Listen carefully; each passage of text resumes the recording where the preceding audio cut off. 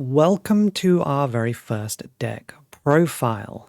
I have been playing a lot of Pokemon, both online and IRL, for most of last year, and this is something I've been wanting to do for a while. So we are going to kick things off with my current favourite deck to take to locals, Charizard EX and Greninja EX.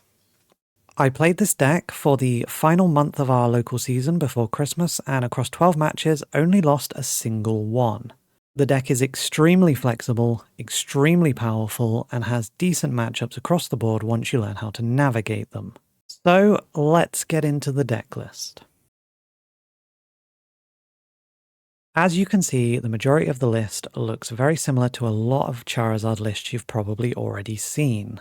We're running a 2-2 Charizard line, a 2-1-2 Pidgeot line, a 2-1-1 Duskull line, and a 2-1-2 Greninja line. Then we have Manaphy, Lumineon V, and Rotom V as our supports. Trainer-wise, it's not massively different from the standard Charizard lists, but there are a few specific cards that we'll talk about later. And of course, for our energies, we need the Water Energy for Greninja to be able to attack, and the Double Turbo Energy as a useful secondary energy. Our ace spec of choice is Grand Tree, which is really the thing that pulls the whole deck together. Before we get into strategy though, I want to talk a bit about some of the individual cards and some of the possible changes you can make depending on your playstyle or your local meta. Let's start with Charizard. I run a 2-2 line of Charizard using the Heat Tackle Charmander from Obsidian Flames, mainly because I like the artwork and I have it, but this Charmander does have a pretty glaring weakness. Up in the top corner, 60 HP. If you're playing in an area with a lot of Dragapult or Regidrago players, you'll probably want to use the Blazing Destruction version from 151, which has 70 HP, meaning it will survive the damage counters Dragapult places. Both Blazing Destruction and Heat Tackle are useful attacks, being able to discard important stadiums from your opponent or your own Grand Tree, or being able to attack small 30 HP Pokemon for a single energy. And I'm sure we can all think of one of those coming out that might become a problem. I don't run any Charmeleons in this deck, as Charizard and Grand Tree don't play nice together, but I do often find myself manually attaching energies to Charmanders, so you can include one if you'd like the flexibility of being able to use Grand Tree to get out a Charizard. It's not optimal, but it's not terrible. As for Charizard, it's Charizard, pick whichever art you like the best. For the Greninja half of the deck, I run a 2-1-2 line. Your choices for both Froakie and Frogadier haven't seemed to be super important in my testing, but if you are the kind of player who likes to optimize everything, then there are some things to consider. The Obsidian Flames Froakie has 70 HP, which is good for the exact same reasons as the 151 Charmander, and it does have a Cosmo Holo print if you like fancy cards. The Twilight Masquerade Froakie has the Flock attack, which lets you get the other Froakie out of your deck onto your bench. It could be prized though, and this does rely on you going second, so I think the Obsidian Flames version is slightly better. All three Frogadiers we can use have 90 HP, so there's no benefit to be gained there. In terms of attacks though, the Twilight Masquerade version is most likely to come up, with Numbing Water being able to paralyze your opponent and buy you a turn for just a single energy. The Obsidian Flames version does have a Cosmo Holo though, so if bling is your thing, then that's an option. Like Charizard, Greninja doesn't matter as long as it's the Fighting Terra version, so choose whichever version you like the best. Again, we're running a 2-1-2 line for Pidgeot. For our Pidgeys, we do have a tough choice. The 151 Pidgey has a very useful attack that can save you if you have a bad start, but it does die to Dusclops because it only has 50 HP. The Obsidian Flames version has 60 HP, so it doesn't die to Dusclops, but it's never doing anything else useful. Generally, your Pidgey should be evolving before this matters, but if you do find your birds being cursed blasted too often, you may want to choose the Obsidian Flames version. Pidgeotto, like Frogadier, is usually inconsequential, but the 151 version is slightly better. Zero Retreat means you can search it out with a Feather Ball and then use it to pivot out of the active and bring in your attacker. The Obsidian Flames version has slightly more HP, but there are very few scenarios I can think of where that is actually going to matter. Just like our other stage 2s, with Pidgeot, just pick whichever art you like the best, or just use what you've got. A 2-1-1 line is our choice for Duskull, which seems to have been settled on as the standard in a lot of decks. Both the Dusclops and the Dusk Noir need Cursed Blast, so there's no options there. For the Duskull, though, you can choose between the Brilliant Stars version or the Shrouded Fable version. I have seen some discussion that there is a very niche scenario involving Mew EX, which makes the Brilliant Stars version slightly better, but it's so niche that I can't even remember it and it shouldn't really matter, so use whichever Duskull you like. Now we're on to the interesting part. As a deck with the ability to effectively craft our hand every turn, there are a ton of options when it comes to your supporting lineup. Currently, I run Lumineon V, Rotom V, and Manaphy. Lumineon's ability to search supporters out of your deck is fantastic and wins games on its own. Rotom gives you something to do on the turns you're setting up, and Manaphy blocks bench damage. A lot of tournament players have dropped Manaphy in more recent events, but my local meta is filled with Chien-Pao, so if I don't run it, I lose. It's a card you need to get a feel for in your area, but you can definitely cut it if you don't feel like it performs for you.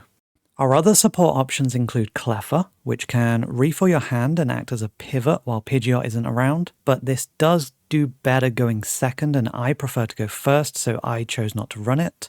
Radiant Charizard is a fantastic single prize finisher which can help you win games that you should otherwise lose, and it can help to upset your opponent's prize mapping by forcing them to take a single prize knockout. This would probably be my first choice if I dropped Manaphy. Pheasantipity EX is incredible draw support, which is why most decks are running it now, but I couldn't fit it in the deck and I haven't actually missed it, so I don't think it's needed, but obviously it's still very good and if you want to run it you should. Petulant EX is a great option for any deck with a Dark attacker automatically winning the Snorlax Stall matchup, so if that is common where you play Pokemon, definitely use that. Iron Bundle is a great option in any deck. It's a free, searchable gust that doesn't use up your supporter and can bail you out of some difficult situations. Fringe supports like Klefki, Fluttermane, Spiritomb, or even Genesect could be included, but we are so tight on deck space that they really need to be making a consistent impact for it to be worth considering. My Pokemon Search Suite is a little different to the more standard Zard lists, with a Feather Ball and a Terra Orb taking the place of a combination of Nest and Ultra Balls that they usually run. This does make getting an early Rotom out a little less easy, but the flexibility of being able to find the exact evolution you need when you need it is far stronger in my opinion, and you don't need to have a big hand to be able to discard with an Ultra Ball. You can adjust these depending on your playstyle however you see fit. Irida makes an appearance in the deck, helping us search out our suite of water-type support Pokemon or even grabbing a Frogadier if we have a particularly slow start. Often in Charizard, I find that later on Arven usually only grabs an item anyway, so I think Irida is a bit underrated in general for this kind of deck. Energy Search is a one-of that has bailed me out more times than I can remember. With such a low energy count and an attacker that does good work for 1 energy, the ability to turn an Arven or an Irida into an Energy Search is invaluable. Pokemon League Headquarters is a flex stadium spot. You could drop it completely and use something else, or you could replace it with any other useful stadium. Personally, I like having the extra stadium to bump Pokestops and Area 0 underdepths, and my local meta has a lot of basic decks in it, so the additional energy cost can cause a lot of problems for my opponents. Temple of Sinnoh is a great option if you are in a heavy Lugia Terrapagos area. Jamming Tower works well if you often go against decks like Cloth or TM Evolution decks. Gapejaw Bog, while niche, can help fix some maths on your spread attacks with Greninja. Even stadiums like Calamitous Wasteland or Calamitous Snowy Mountain could improve various matchups. Or just use Artisan. Artisan's really good. Finally, our double turbo energy allows us to use Mirage Barrage if we have Greninja and Pidgeot set up with just a quick search. But if you see a lot of Roaring Moon EX at your locals, then you might want to swap this for a Mist energy. There are only 2 other cards I would consider using in the deck. First is Colress's Tenacity to help search your Grand Tree. I've never really felt like this was necessary, but a friend of mine has also been using this deck and he runs it, so it's up to you whether or not you want to try this. I'd also consider TM Evolution, which can help get more consistent setups in slower starts and in the future may become more useful. So what does the deck look like in action? Generally, our turn 1 will be much the same as any other stage 2 deck. I prefer to go first, shuffle up, and pray for Poffins.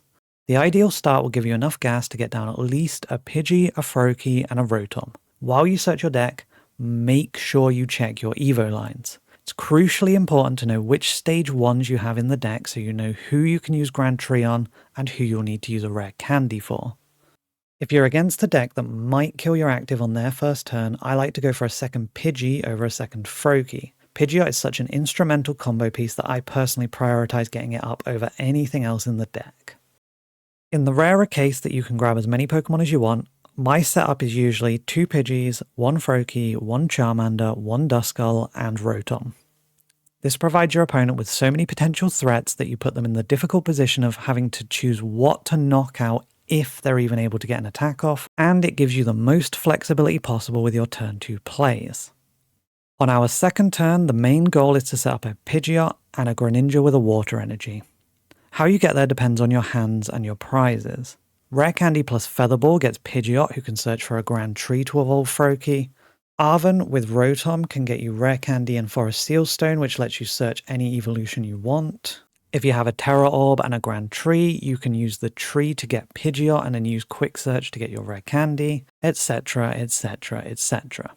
If you are planning to get good at this deck, you will need to practice a lot to learn all the different combinations of cards that can get you to the Pidgeot Greninja energy combo. If you can't get both, go for Greninja. The Shinobi Blade Search will usually help you set up Pidgeot next turn and put the opponent in the difficult position of choosing between Hand Disruption or using their supporter to further their own game plan.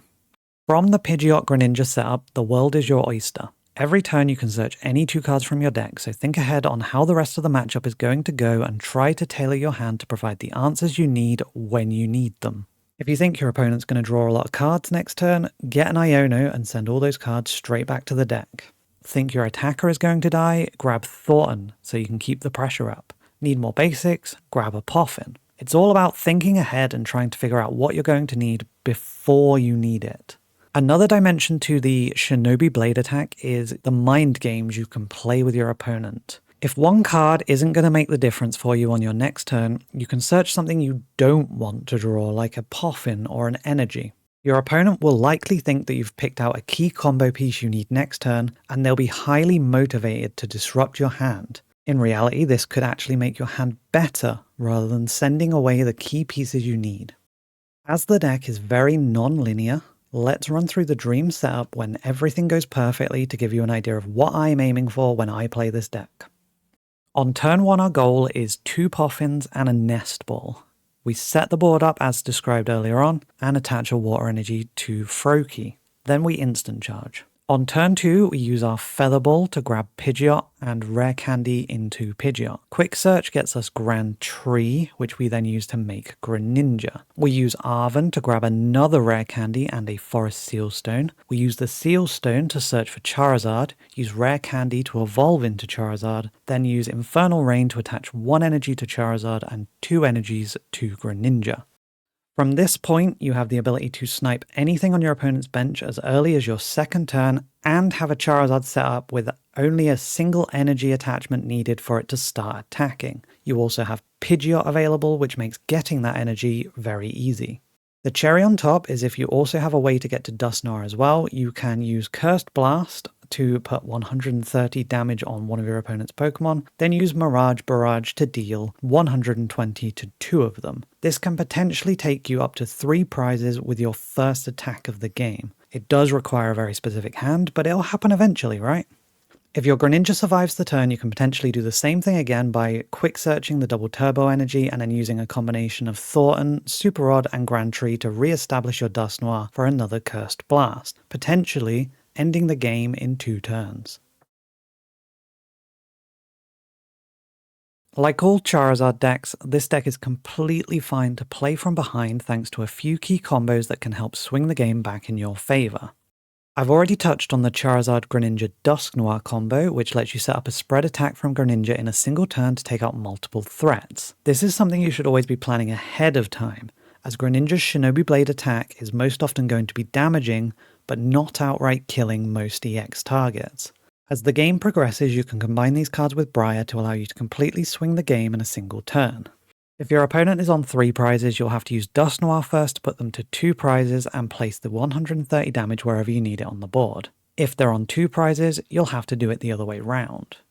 Earlier damage from Shinobi Blade will probably have left another 2 prize target in kill range, so as long as one of the 2 targets is in the active, with Briar you'll be taking a 5 prize turn. This doesn't happen often and needs a lot of planning, but it's incredibly satisfying when it does. Thornton enables a lot of interesting plays and means you shouldn't be afraid to discard basics early on with Ultra Balls.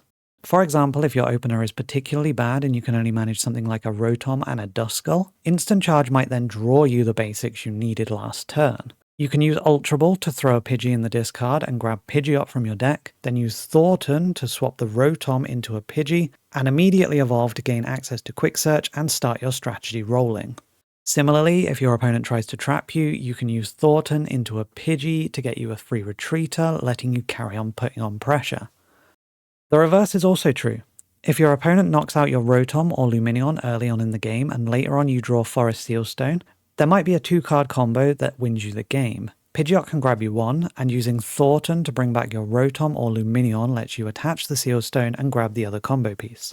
Then of course there's Dusknoir. Utilising the Dusclops to place 50 damage and the Dusknoir to place 130 damage means you can knock out many common support Pokemon and take 2 extra prizes without even using your attack. If you have both evolutions and a rare candy in hand, you can first evolve into Dusknoir, blow yourself up, then use Thornton to get your Duskull back, and then evolve into Dusclops.